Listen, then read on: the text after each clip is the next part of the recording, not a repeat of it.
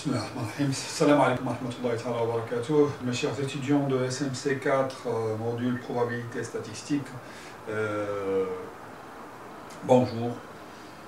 J'espère que tout se passe comme il se doit pendant ces journées du Ramadan et de confinement. Aujourd'hui, je vais essayer de vous faire le corrigé de l'exercice 2 de la hors-série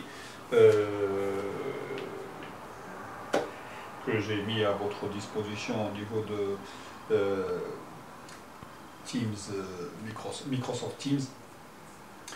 Et j'espère que vous avez la possibilité de les voir et d'essayer de regarder un petit peu les choses telles qu'elles doivent être vues et considérées. Bon, l'exercice 2, je vous le lis un petit peu d'une manière assez rapide. Les services sanitaires d'une certaine région ont réalisé une enquête concernant le nombre d'enfants par famille dans un quartier donné. Les données sont présentées dans le tableau suivant. Nous avons le nombre d'enfants et puis les effectifs. Le statisticien de service a estimé que la variable aléatoire grand X représentant le nombre d'enfants par famille est une loi binomiale. L'objectif de l'exercice est de trouver les paramètres de cette loi. Donc, on essaye de regarder un petit peu. La variable aléatoire, étant donné que c'est une loi binomiale d'après le statisticien, on va essayer de travailler comme si c'est lui qui dirige l'étude, et donc il nous dit que c'est une loi binomiale. Donc pour nous, une loi binomiale, elle varie toujours entre 0 et n. Donc ici, puisque la variable aléatoire, nombre d'enfants, varie de 0 à 5, donc pour nous, du moment qu'elle a considéré que c'est une loi binomiale, le n c'est 5. C'est la dernière valeur qui est possible. Et ça, c'est un exercice que j'avais fait il y a quelques années. Et j'essayais de montrer aux étudiants de faire très attention, hein, parce que généralement, et là j'ai eu des mauvaises surprises à ce niveau-là, parce que le n pour eux, c'est la somme des effectifs. Non. Et il faut essayer de regarder les choses avec une certaine hauteur, ne jamais se lancer dans des identifications de notation. Parce que dès que la notation petit n apparaît, pour eux c'est la somme des effectifs. Et là c'était une erreur monumentale que j'ai vue chez quelques élèves. Et donc heureusement qu'il y en a d'autres qui y ont fait attention. Quand on parle d'une variable aléatoire binomiale, elle varie entre 0 et n. Et donc, puisque ici, elle varie entre 0 et 5, par la première question. La première question, donc, on a n égale 5. Car, si vous voulez expliquer, x, qui est une loi binomiale np, appartient à 0 jusqu'à n. Et donc, puisque ici, la dernière valeur permise pour la variable aléatoire, c'est n, et d'après l'exercice, c'est 5, donc n est égal à 5. Voilà. La deuxième question, rappelez la loi de probabilité de la loi binomiale de paramètres n et p. Donc, si x suit une loi BNP, on a x appartient à 0 jusqu'à n, et p de x égale k, c'est ckn, p à la puissance k, 1 moins p à la puissance n moins k, pour k qui varie de 0 jusqu'à n. Ceux qui veulent rappeler ce que ça veut dire ce coefficient, le coefficient binomial, c'est kn, c'est n factoriel sur k factoriel, n moins k factoriel, et puis n factoriel, c'est 1 fois 2, celui qui veut rappeler, hein, mais sinon, ce n'est pas un problème, par convention.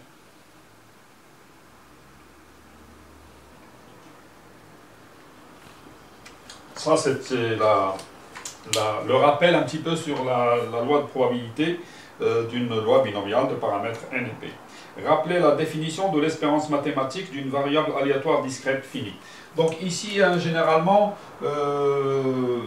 les exercices que je formulais un petit peu et que je considérais, c'était généralement pour savoir le degré de connaissance au niveau des notions du cours.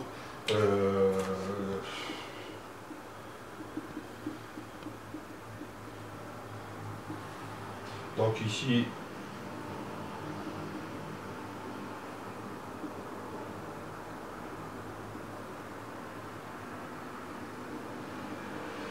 donc je pouvais aussi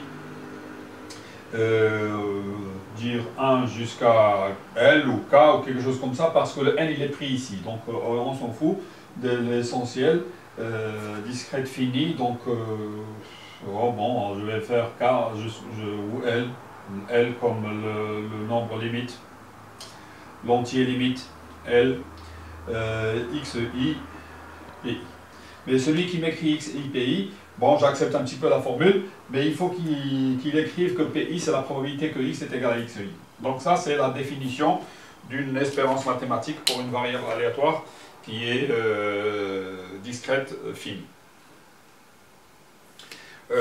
Quelle est l'espérance mathématique d'une loi binomiale de paramètres n et p? Bon, là aussi, c'est une question de formule de cours. L'exercice en entier, hein, pratiquement, c'est un exercice qui concerne le cours.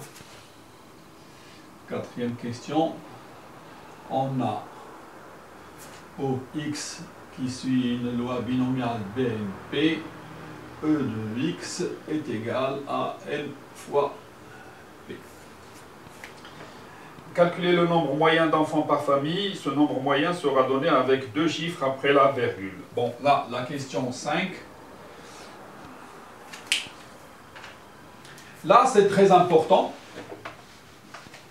Au niveau de l'écriture, puisque le n, la notation n est prise, c'est la formule que vous allez me donner au niveau de la moyenne. Donc la moyenne x bar est égale à 1 sur grand N, somme de i égale 1 jusqu'à 6, parce que nous avons des données qui sont sous forme groupée. De 1 jusqu'à 6, il y en a 6, hein. De 0 à 5, ça fait 6 valeurs. Sinon, vous mettez i de 0 jusqu'à 5, et puis vous écrivez même le résultat au niveau i fois machin, etc. Donc, ici, ni fois ai. C'est la formule que je veux. Et puis après, ici, c'est la calculatrice. Calculatrice, vous rentrez les données, 0, machin, etc., et avec les effectifs. Et ici, vous rappelez que grand N est égal à la somme de i égale 1 jusqu'à 6 des LI. C'est la somme des effectifs. Ça, c'est très important. Il ne faut pas écrire ici un petit n. Ça, parce que le petit n, il est pris comme notation. La notation petit n est prise, donc il ne faut pas la reprendre à ce niveau-là de cette écriture, à ce niveau-là. Il faut faire attention à ça. Donc, je vais vous donner la valeur, c'est 1,75. Normalement, c'est 1,74. Je vais donner un petit peu quelques chiffres, 7, 5, etc. Donc, voilà, x bar égale à peu près 75.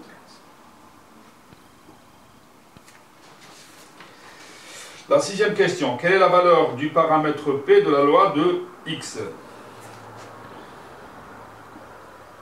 Comme X bar est une estimation pour mu qui est égale ici à NP. La notation mu, c'est la notation théorique pour la moyenne théorique, l'espérance mathématique, qui est l'espérance mathématique. Donc, le n, je le connais, c'est 5. Le x bar, je viens de calculer. Donc, P, ça va être la valeur de P, parce que je suppose que x bar, ça m'estime le mu, qui est égal à n fois P. Donc, x bar, c'est n fois P, donc ça fait x bar divisé par n. Donc ça va me donner 1,75 divisé par 5. Ça me fait 0,35. Et égale 0,35. La septième question.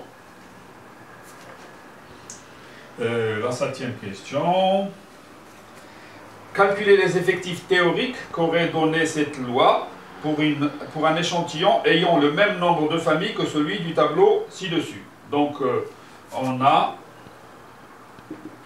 grand N est égal, le grand N, c'est 1002.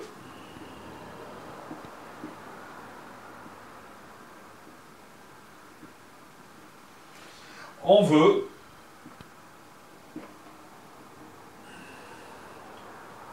calculer les nu i, c'est 1002 fois, parce que un effectif théorique divisé par la taille globale doit donner la probabilité.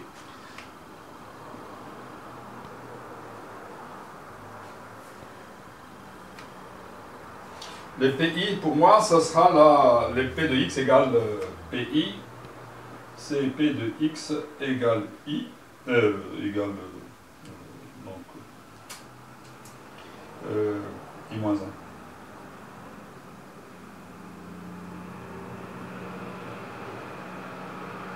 I moins 1.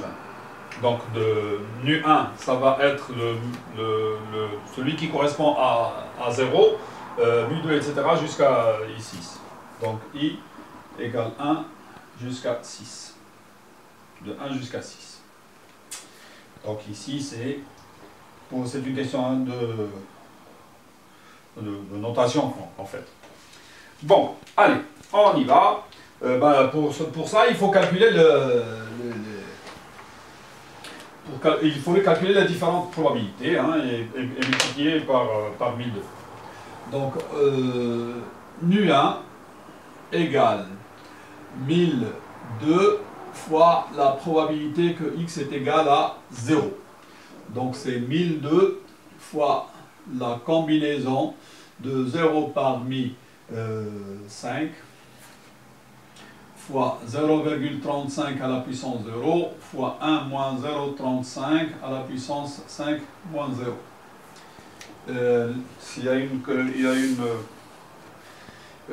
Ces nombres théoriques seront donnés avec deux chiffres après la virgule, puisque ce sont des nombres théoriques, normalement un effectif, c'est un entier.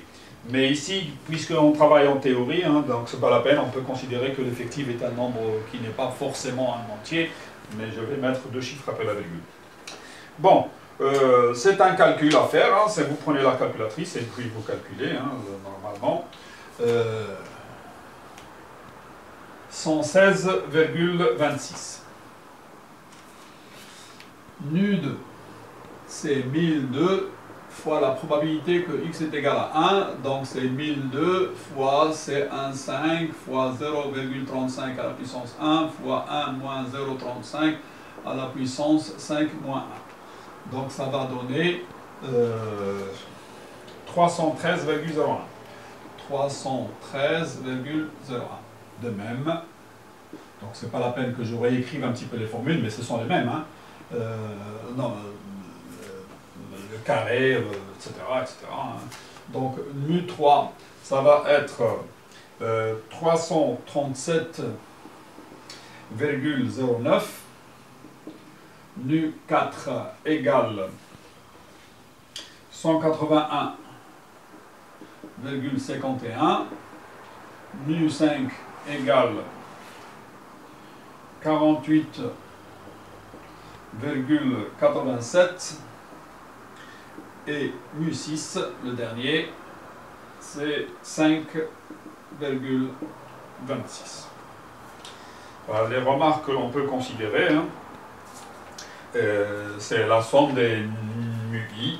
Vous avez remarqué que les effectifs théoriques, je les ai notés nu i, au lieu de ni, qui sont les effectifs observés. Donc, une remarque, Je vais mettre 2 remarques. Comme ça me permettra de parler de quelque chose d'assez spécial. Donc, la somme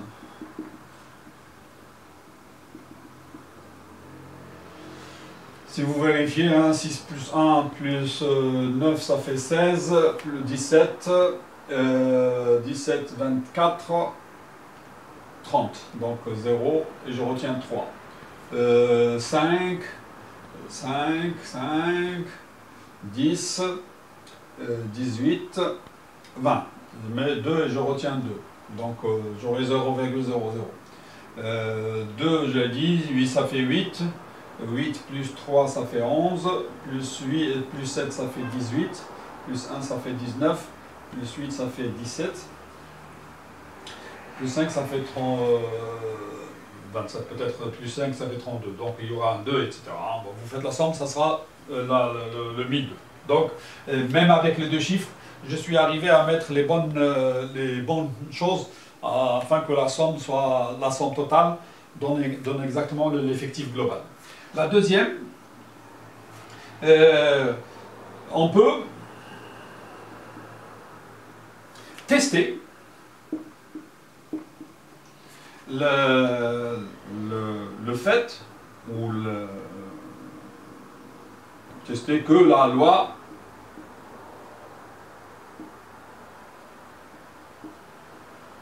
est une B 5035 par on ne l'a pas fait, mais j'aimerais vous en parler pour que vous disiez, pour que vous ayez connaissance de ça. Hein. On peut le faire, hein, quand on a des effectifs théoriques et des effectifs observés, on peut tester que l'adéquation, test de coefficient de qui 2 d'adéquation. Ça permettra de calculer un coefficient qui est un coefficient de qui 2, la loi de qui 2.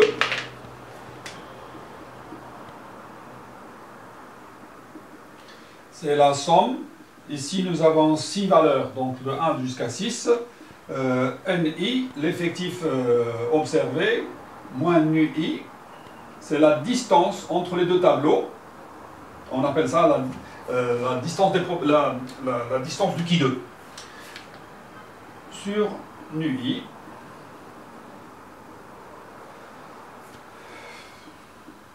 On le calcule, et puis après on le compare par rapport à la loi de qui 2 à n-1 degré de liberté.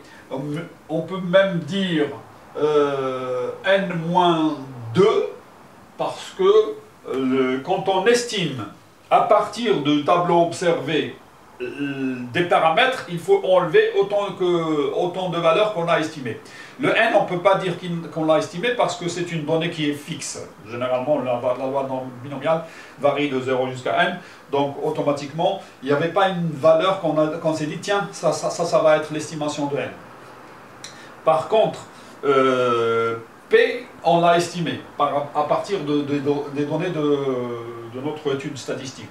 Pas forcément, on ne va pas le comparer avec le qui 2 à n-1 degré de liberté, qui est la base. Généralement, dans la formule, il y a le n-k-1, avec le k, le nombre de paramètres qu'on a estimé à partir de l'étude.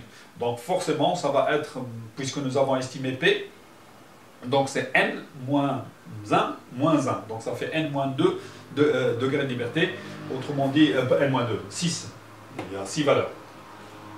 Donc c'est 6 moins 1, moins 1. Ça fait 6 moins 2, ça fait le coefficient de 4 à 4 à le coefficient, le qui 2 à 4 degrés de liberté. Et puis on essaie de regarder. Hein, si... Et ici j'aimerais vous en parler aussi, c'est très important.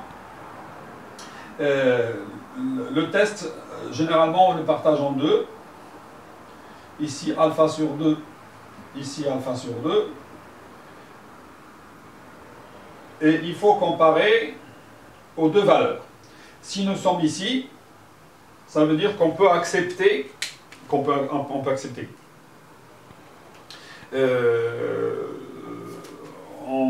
on peut dire que c'est la loi binomiale qui est derrière. Et la région de rejet, parce qu'on travaille sous l'hypothèse que nous avons une loi binomiale, et donc la distance entre les deux, ça nous permet d'avoir, soit on accepte qu'il y ait une loi binomiale ici, soit on rejette si on est dehors. Les deux régions, et je finis là-dessus, les deux régions, celle-là, ça veut dire que les valeurs théoriques sont trop relativement éloignées, parce que le n-i au carré, ça va augmenter si les NUI sont trop différents de NI. Donc ici, les données sont trop éloignées. Et là, c'est le risque qui dit que si les NUI sont trop proches de NI, il y a quelque chose qui ne va pas.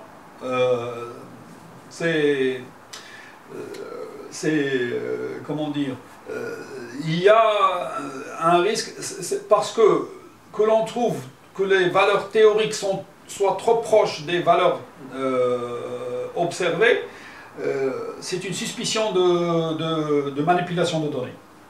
À la Dexterous, les valeurs qui sont trop proches de 0, elles sont aussi des données qui sont rejetées. On essaie de les mettre aussi dans la région de rejet pour dire que c'est louche, c'est pas très clair, c'est pas très sérieux. Avoir des données qui soient trop proches des valeurs observées, ça veut dire que les gens connaissaient les valeurs observées, ou bien connaissaient les valeurs théoriques, et donner les valeurs observées qui soient les plus proches de cette loi théorique. Donc c'est suspicieux, c'est faire الحيطة من الشك باللي راه لي دوني كانوا مانيبيولي باش يكونوا قراب لا تيوري. فهذه هي اللي بغيت نقول لكم باللي راه كاينين une certaine forme de test pour regarder un petit peu qu'on a quelque chose qui correspond à une loi théorique donnée à partir d'observations qui sont faites.